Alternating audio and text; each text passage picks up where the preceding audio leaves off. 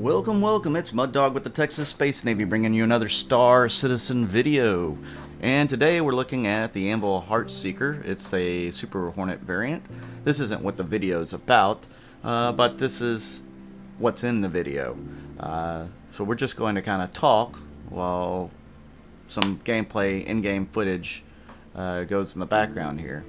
So really what today's topic is about is the roadmap. It's kind of a contentious topic. A lot of people have a lot of mixed feelings about the roadmap, especially right now since they announced some changes or some, I guess you could say, they took some stuff off the roadmap, and some people are upset about it. I get it. I understand. You know, you want what you want, and you've been waiting a long time for it, and it's been pushed back and pushed back and push back, and now you have no idea when you're going to get it. I understand. The game's in development. These things happen. I would like to see all the features come in, but they can only work on so many things at a time. And so they gave priority to Squadron 42, which, if you don't know, Squadron 42 is the single-player campaign for Star Citizen. It's the game that most people bought into originally before the Persistent Universe was announced. Now, many more people have bought into it since the Persistent Universe was announced. So let me tell you this. Squadron 42 needs to be good in order for Star Citizen to be successful. I'm not going to say that's 100% true, but mostly it's going to need to be successful in order for this game to really take off. Because if it's a flop, if it's junk, if it's crap, and nobody really wants to play it, not many people are going to want to play the Persistent Universe. Look at like games like Ark. It had a lot of buzz when it first came out. There was a lot of promises. There was a lot of things, a lot of potential there, and everybody was playing it. All the streamers were playing it. It was, gonna be the next big game. How long did that last? Really, not even a month before people were giving it up. It didn't have the staying power because the game wasn't fun for people. Now take a look back at the original Wing Commander. There wasn't a lot of buzz. There wasn't a lot of advertisement for it. The only advertisement I got for it was when I walked into my local Hastings store way back when, and it was on the shelf. And I looked at the back, looked at the front, read the back, and said, "Hey, this game sounds pretty cool." So that game really blew up, and it was a big deal. It was a great game. It was a fantastic game. Very engaging, a lot of fun, had a little storyline to it. Wing Commander 2 was even bigger, much bigger. Wing Commander 3 was bigger than that, and so on and so forth. So what I'm trying to say is Squadron 42 needs to be good. Chris Roberts demands that it's good. And I think all of you guys that play Squadron 42 are probably going to enjoy it. I mean, you're going to like it. You may even want to play it more than once. So them diverting some of their resources that they had dedicated to the salvage mechanic, which is the latest one to get the chopping block temporarily, and putting those resources into Squadron 42 to make it better, and they're trying to get Squadron 42 out by this time next year. They want to release it by Christmas. That's not been confirmed, but they do. They want it in beta by Q3, and they want to release it by Christmas. So in order for them to do that, they may have to dedicate a few more resources to the single-player game over the next year to get it done. The Persistent Universe was never designed to get out, the same time or before Squadron 42. So the salvage mechanic will get put back into the roadmap. It may not be right away. It may not be Q2 of next year. But it'll get put back in. Those resources will become available that are working on Squadron 42 now to put the time in on it. And I really think that most of the resources that they have tied up making Squadron 42 will go into making the persistent universe, or making more ships, or doing different things in the persistent universe before they get real heavily involved with Chapter 2 or Episode 2 of Squadron 42. And that's right, they're going to have 3 episodes. But I don't think they're going to jump right into it right away. They may have a couple of teams working on different things for the second episode. And that may happen. They may be working on it now for all I know.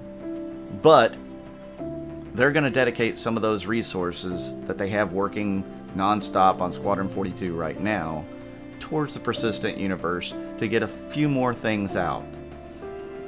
That's my theory, my thought on it. I believe that's what's going to happen. They're going to want the persistent universe to go from alpha to beta, I would say within a year, or about a year after Squadron 42. I mean, that seems like a long time to me, but I think they're going to want something there. They want to have a good transition from the single player into the multiplayer. They want to continue making money off the game as well. And if the single player really does well over that half a year to year time, then they can funnel a lot of those players into the multiplayer, which they'll still be selling ships and packages. And if the single player game really kicks butt and everybody loves it, then people are going to want to buy those packages. They're going to want to be involved in the multiplayer universe and be involved in the larger story that is Star Citizen. So that's my thoughts on why they're dedicating more resources, or taking, salvage mechanic has been taken off the roadmap. And the roadmap only goes to 4.0 right now. Well, that's only half a year away. That's only 2 patches from where we're at right now, since 3.8 dropped last night. So they only have 2 quarters on the roadmap right now that could have had the salvage mechanic, and there's a lot in those. If you look at 3.9, you've got prison gameplay, you've got a mission giver, you've got the internal structures of New Babbage's landing zone. You got all of Microtech's moons. There's 3 of those. You've got unoccupied rest stop space stations that have to be done. They're still working on AI for first-person combat. They're working on AI for all the civilians that walk around stations and whatnot. AI for all sorts of different things have to be put in and cleaned up, because right now it's pretty bad. You got people doing the moonwalk on space stations. They can't open doors. I just went to Hurston, and NPCs get stuck on doors because they don't know how to open them. So they've got all the prison missions that they're doing. They have dynamic mission system, which is going to be generated based off of economy. Think of how complex that is. Tony Zervik, when he talks about it, is pretty... he can explain it really well, and it sounds easy when he talks about it, but it's not an easy thing for them to do. They're going to rework all the restricted area stuff, so that's got to be done. They're changing out, like if you do a cargo mission, it's going to take time for them to load and unload cargo. So they're going to add that into the game. And they got an accounting app they're adding into the game. Also, they've got terminals being added in the game. So there's a lot of stuff just in 3.9, and I'm not even through with it, but there's a lot of stuff that are being done or redone. Not to mention the rework of the Drake Cutlass Blue in the M50. There's a new gun manufacturer going to be in the game. There's shadows. I mean, there's lots of stuff just in 3.9 that got to be done. And they don't have the team that was going to work on salvage able to work on that in 3.9. I mean, that's, you know, I mentioned a bunch of stuff that's being worked on, and I didn't even mention it all. And then 4.0, you have 2 mission givers. You've got Crusader. We're actually going to be able to fly in a gas giant. The Orison landing zone on Crusader. Then they're going to work on AI for NPCs combat in, you know, atmosphere. They're going to improve first-person combat for AI. There's just so much that's going into the game. 0G push and pull. So you'll be able to push and pull on your spaceship when you're outside to propel yourself further in space quicker. Ship-to-ship docking.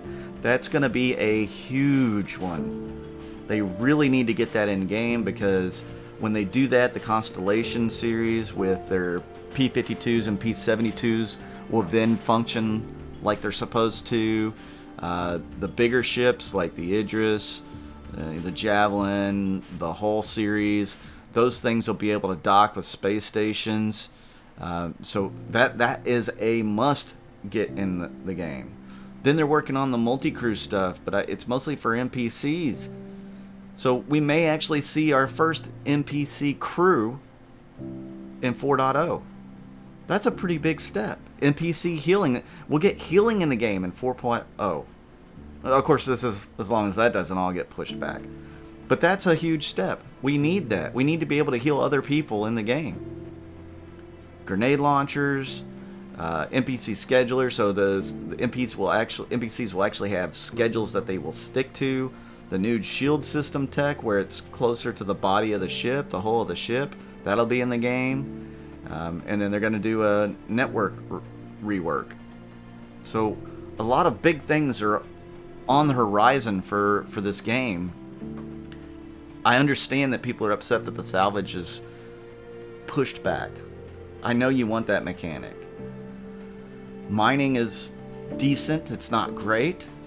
It can be boring for some people. It's not super engaging for everyone.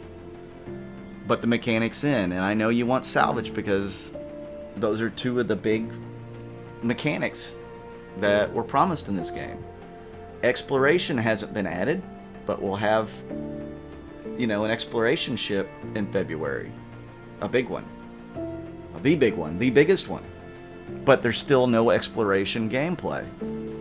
Those people deserve to be upset too. Yeah, they're getting their ship, but what are they going to use it for? You can't explore. You can still run some cargo with it. It has a snub that you can put in there, a rover. But ultimately, its whole mission in life is not in the game yet. You can't just randomly quantum to different parts of the system and explore. You can't discover new wormholes because there's no other systems to go to yet. Now maybe that'll change by 4.0. Maybe we'll get Pyro. That would be neat. But as of right now, that mechanic's not in the game. Those people have a right to be upset. There's still a lot of things that have yet to be made for this game. It's going to take some time. But as Squadron 42 gets closer and closer to being polished and finished, you're going to see more and more resources put into the PU. You're going to see things move along a lot faster. It took them years to build up the tools to procedurally generate planets and space stations. They had to create the tools to make creating the spaceships a lot easier, faster, quicker.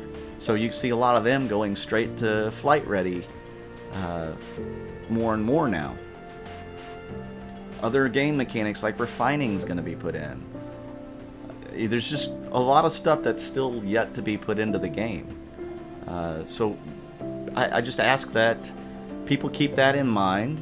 Don't get super frustrated. I know it's frustrating. I know it is. There's things I want in the game that aren't in the game yet, but that's just part of it. That's part of the development cycle. And, you know, there's not much we can do about it right now other than to try to be patient. Play the game how it is. If you see bugs, send them to the issue council so that they can get those fixed. And sooner or later, we're going to have a really good product. But it's going to take iteration. It's going to take time. It's going to take development. So just try to have a little patience and see this thing through. I mean, look where we're at now compared to 3 or 4 years ago. Yeah, I know what you're saying. Yeah, well, 3 years. Games are made in 3 years. Some are, yes. But this is games doing stuff that's never been done before at this scale. So give them a break a little bit on that. Alright? So guys, I hope you liked the video. Hit that like, hit that subscribe, hit that bell so that you know when I have a new video come out. I'm Mud Dog with the Texas Space Navy. I'll see you out in the verse.